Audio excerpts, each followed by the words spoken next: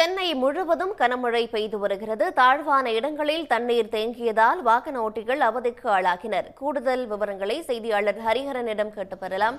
ஹரிஹரன், தற்போது நீங்க எந்த பகுதியில் இருக்கீங்க? அங்க போக்குவரத்து நிலவரம் என்ன?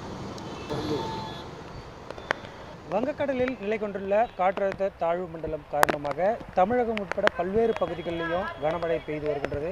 குறிப்பாக சென்னையில் இன்று காலை முதல் மழை பெய்து வரும் நிலையில் சென்னையின் பல்வேறு பகுதிகளில் பலத்த மழை பெய்து வருகின்றது.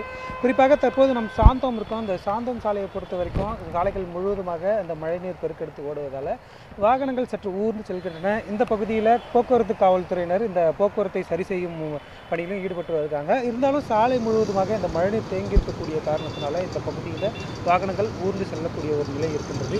சென்னையை பொறுத்த வரைக்கும் அடுத்த 2 தினத்துக்கு விட்டு விட்டு கனமழை இருக்கும் என தெரிவிக்கப்பட்டிருக்கு. குறிப்பாக இது 12 மணி வரை இந்த மழை தொடர்வதற்கான வாய்ப்பு உள்ளதாகவே ஒரு சில தனியார் வானிலை ஆய்வாளர்கள் தெரிவித்திருக்காங்க. அதனைத் தொடர்ந்து விட்டு விட்டு தொடர்ச்சியாக கனமழை இருக்கும்.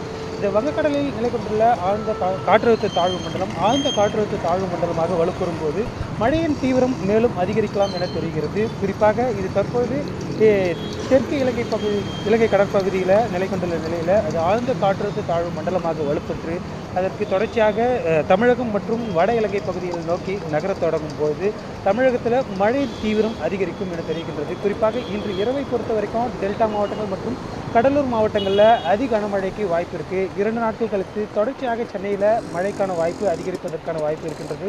இந்த காற்றழுத்த தாழ்வு மண்டலம் ஆழ்ந்த காற்றழுத்த தாழ்வு மண்டலமாக வலுப்பெறும் போது சென்னையில் மேலும் மழை அதிகரிப்பதற்கான வாய்ப்புகள் அதிகமாக இருக்கின்றது.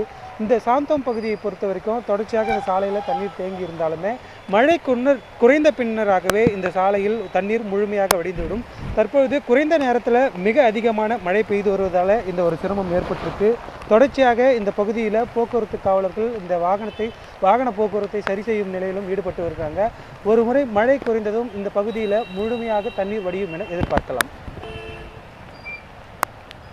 மேலதிக விவரங்களை வழங்கியமைக்கு நன்றி ஹரிஹரன். உடனுக்குடன் செய்திகளை தெரிந்து கொள்ள சன் நியூஸ் பெல் ஐகானை கிளிக் பண்ணுங்க.